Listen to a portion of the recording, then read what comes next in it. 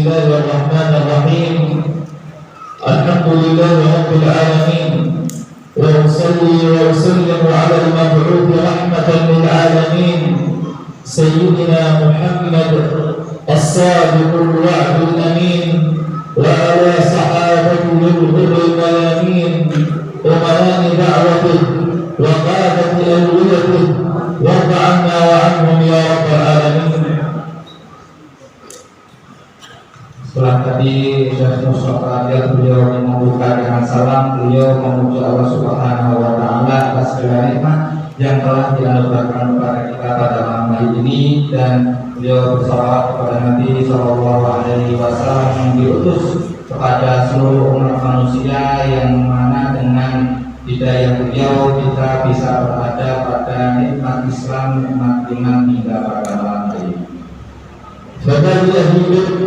قبل أن نبدأ في درسنا أحيي جمعكم المبارك، فجزاكم الله كل خير، ونسأل الله أن لا يدع لا فينا ولا بيننا ولا منا شقيا ولا محروما يا رب العالمين. Beliau mengatakan sebelum kita memulai pembicaraan tausiah pada malam hari ini, beliau mengucapkan terima kasih atas diizinkannya beliau untuk bisa hadir, untuk bisa duduk di tengah-tengah kita, di tengah-tengah jamaah Ahlussunnah pada malam hari ini. Mudah-mudahan tidak ada satupun dari kita yang dikecewakan pada malam hari ini, dan kita semua menjadi golongan ahli surga.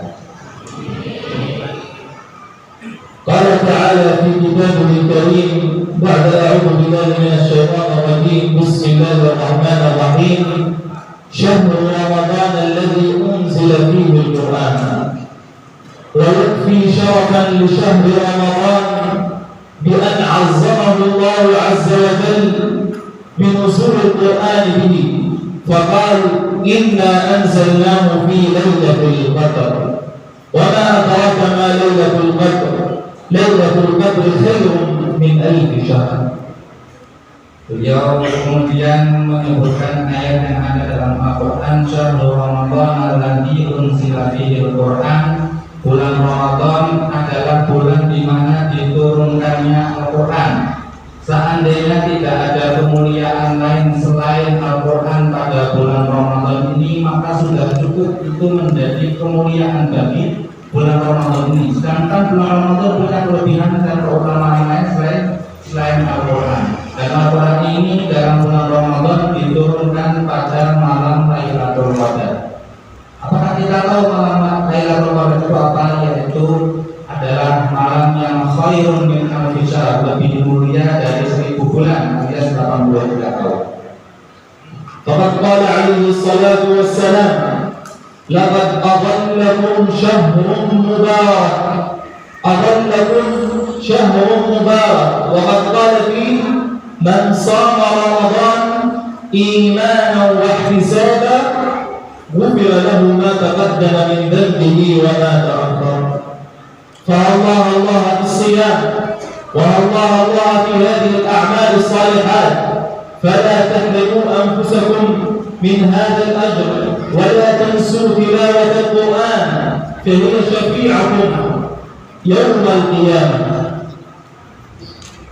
Beliau menyebutkan hadis bahwasannya Nabi SAW ketika tiba bulan Ramadan, Nabi bersabda, telah datang kepada kalian, kepada kita semua kaum muslimin, bulan yang penuh dengan berkah, bulan yang sangat diberkahi. Maka mari kita perbanyak ibadah kita pada bulan Ramadan ini. Mudah-mudahan kita bisa meraup, bisa mendapatkan pahala yang sebanyak-banyaknya pada bulan Ramadan ini. فقال عليه الصلاة والسلام إذا كانت أول ليلة من رمضان صفدت الشياطين ومردت الجن وغلقت أبواب النيران فلم يفتح منها باب، وفتحت أبواب الجنة فلم يغلق منها باب، ونادى مناديا أي يا بادي الخير أقبل ويا بادي الشر أقصر، ولله كل يوم عتقاء من النار، فاللهم اجعلنا وإياكم من عتقاء شهر رمضان، اللهم آمين. Jika datang bulan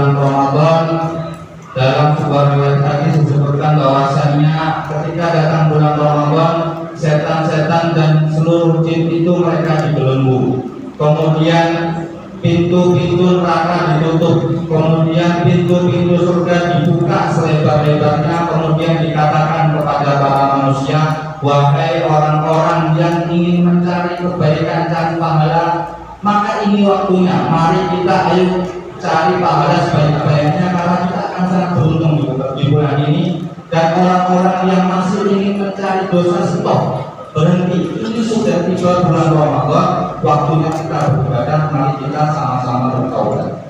Mudah-mudahan Allah Subhanahu wa Ta'ala menjadikan kita semua pada malam hari ini termasuk golongan orang-orang yang Allah selamatkan dari api neraka. Allahumma amin.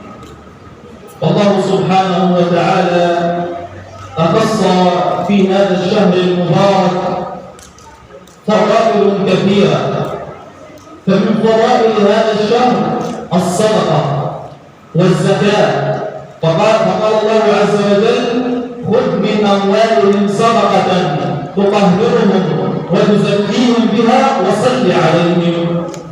فالصدقة في رمضان كليس غيرها من باقي الشهور والأيام، فهي مضاعفة مضاعفة مضاعفة كثير عن باقي الأيام. فوالله ما نقص مال عبد من صدقة، هكذا قال عليه الصلاة والسلام، ما نقص مال عبد من صدقة. Kemudian bulan Ramadan ini setelah memiliki fadl kathir atau keutamaan Al-Quran, Nabi juga bersabda bahwasanya bulan Ramadan ini memiliki keutamaan yaitu pahala bersedekah, yang mana kalau di bulan lain itu sudah dilipat gandakan berkali-kali, maka kata beliau tadi mudha'afatun,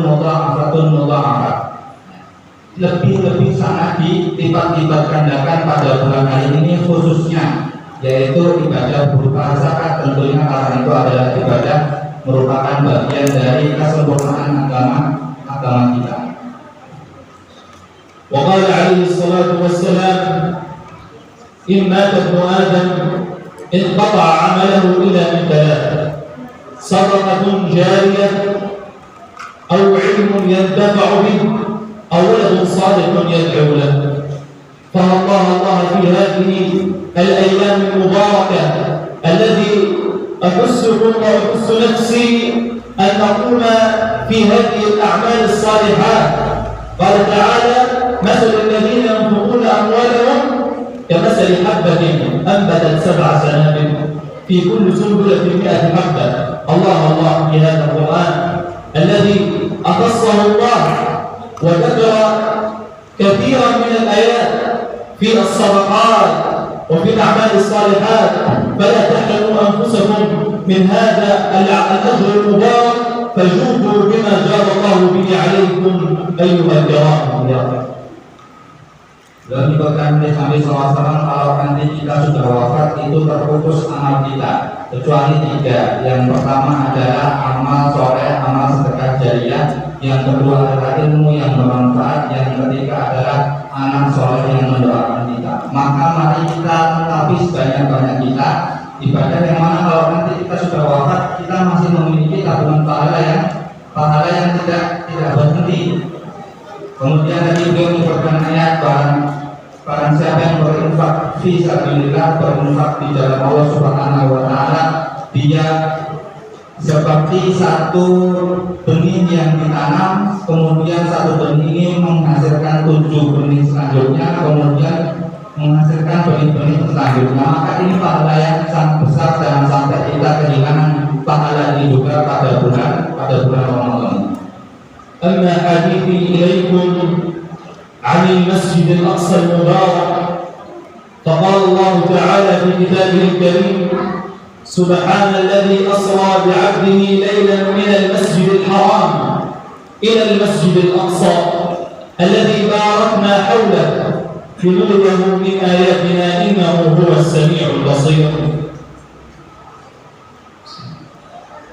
Kemudian beliau mengatakan adapun kisah beliau mengenai Masjidil Aqsa, dan beliau juga memang asli orang sana. Pertama sekali beliau menyebutkannya tadi surat Al-Isra ayat pertama, subhanalladzi asra bi 'abdihi lailan minal masjidil haram ila masjidil aqsa. Maha suci Allah Subhanahu wa Ta'ala yang telah pernah memberangkatkan Nabi kita Nabi Muhammad SAW dari Masjidil Haram menuju Masjid Aqsa yang mana di sekitarnya itu diberkahi oleh Allah Subhanahu wa Ta'ala. Allah Subhanahu wa Ta'ala asra بنبيه من المسجد الحرام إلى المسجد الأقصى.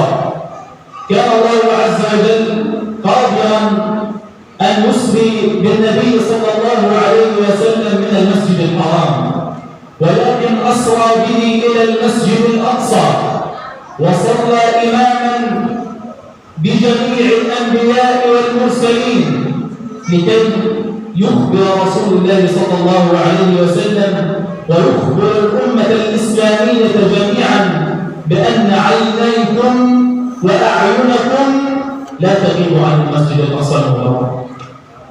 Nabi Shallallahu Alaihi Wasallam, Nabi kita semua oleh Allah Taala dalam peristiwa Isra Mi'raj itu diberangkatkan Allah dari Masjidil Haram ke Masjidil Aqsa kemudian ke langit yang tertinggi. Beliau mengatakan Allah Subhanahu Wa Taala Maha Kuasa, Maha Bisa untuk memberangkatkan nabinya yang orang asli Mekah diberangkatkan langsung ke langit yang ketujuh, langit yang tertinggi bertemu Allah Subhanahu Wa Taala. Tapi beliau mengatakan kenapa Nabi harus dimampirkan Allah Ta'ala dulu ke Masjidil Aqsa yang hari ini ada di Palestina.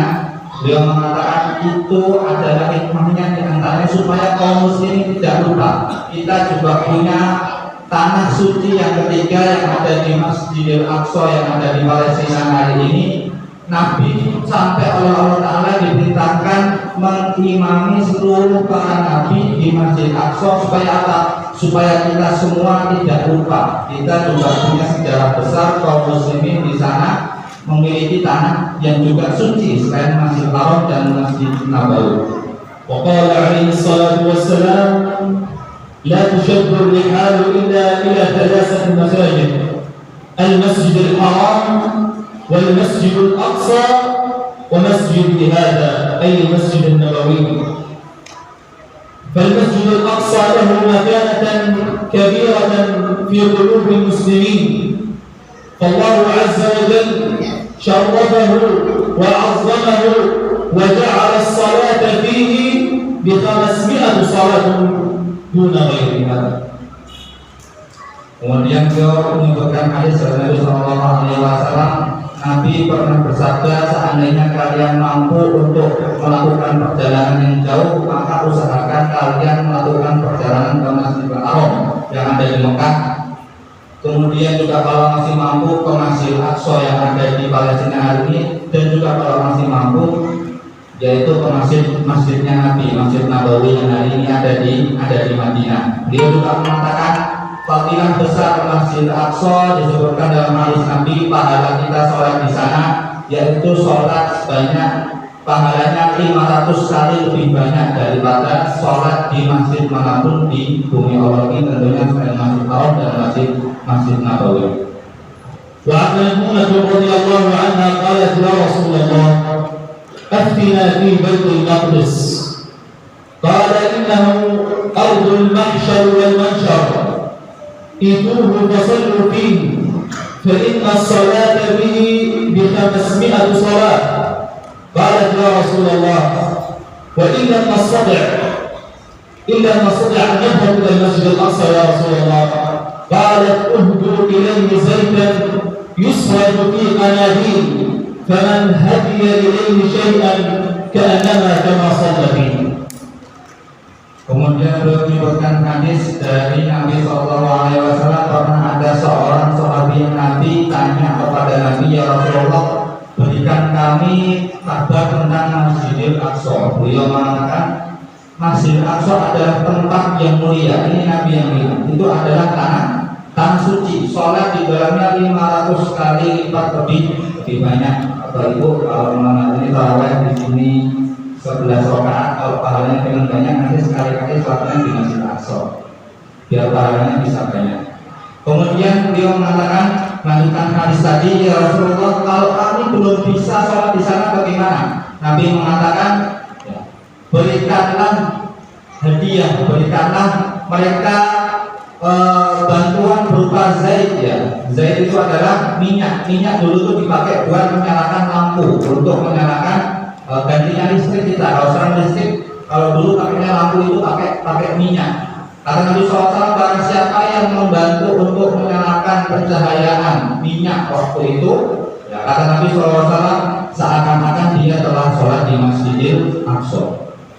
نعم وقد قال عليه الصلاة والسلام طوبى للشام فقد وضعت الملائكة أجنحتها عليها فاللهم حرر المسجد الأقصى من دنس اليهود ورده إلى أهله سالما غانما يا رب العالمين فاللهم ارزقنا وإياكم صلاة في المسجد الأقصى محررين مكبرين مهللين إن شاء الله يا رب العالمين.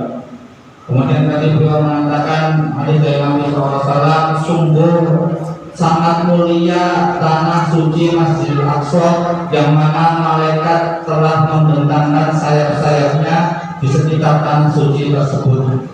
Maka beliau berdoa mudah-mudahan penjajahan yang ada di Masjidil Aqsa di tanah Palestina segera Allah cabut, segera Allah tolong seluruh kaum muslimin yang ada di Masjidil Aqsa, dan mudah-mudahan tadi beliau berdoa semoga hari ini kita bisa bertemu, kelak kita bisa bertemu lagi dengan beliau di Masjidil Aqsa dalam keadaan merdeka, dalam keadaan bahagia, dalam keadaan kita bisa bertakbir dengan tenang.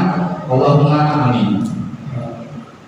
وإني عندما جئت إلى إندونيسيا أرسلوا معي أهل غزة تحية وسلاما معبقا بكل حب وإخاء إلى شعب إندونيسيا المبارك فإنهم يرسلون إليكم أجمل التحية وأجمل السلام والبركات فحياكم الله جميعا وجزاكم الله كل خير ونفع الله بكم الإسلام والمسلمين أجمعين اللهم آمين. Kemudian beliau mengatakan ketika beliau berangkat dari Palestina datang ke Indonesia, beliau menyampaikan titipan salam dari para masyarakat yang ada di Palestina, yang ada di Gaza, untuk Bapak Ibu, adik-adik, mas-mas semuanya pada malam hari ini. Sungguh mereka sangat merindukan kita semua sebagai saudara sesama Islam, sesama Muslim. Mudah-mudahan kita semua nanti bisa bertemu kembali di dunia dan di akhirat. Sungguh Bapak Ibu semuanya terkenal di sana, ya. Orang Indonesia itu terkenal di sana. Mereka sangat merindukan Bapak Ibu sekalian. Dulu kita juga pernah dijajah, mereka sekarang dijajah. Maka beliau menitip salam terima kasih atas bantuan Bapak Ibu semuanya selama ini untuk mereka. جزاكم الله كل خير ونسأل الله أن يتقبل منا ومنكم صالح الأعمال والطاعات اللهم اجعلنا وإياكم من عتقاء هذا الشهر المبارك وأن يكتب لنا ولكم الصلاة في المسجد الأقصى عاجلا قبل آجلا اللهم آمين. Beliau sekali lagi mengucapkan terima kasih telah diizinkan untuk bertemu di Masjid Al-Husna pada malam hari ini, dan beliau berdoa mudah-mudahan sekali lagi kita bisa sholat bersama di Masjid Aqsa dalam keadaan merdeka.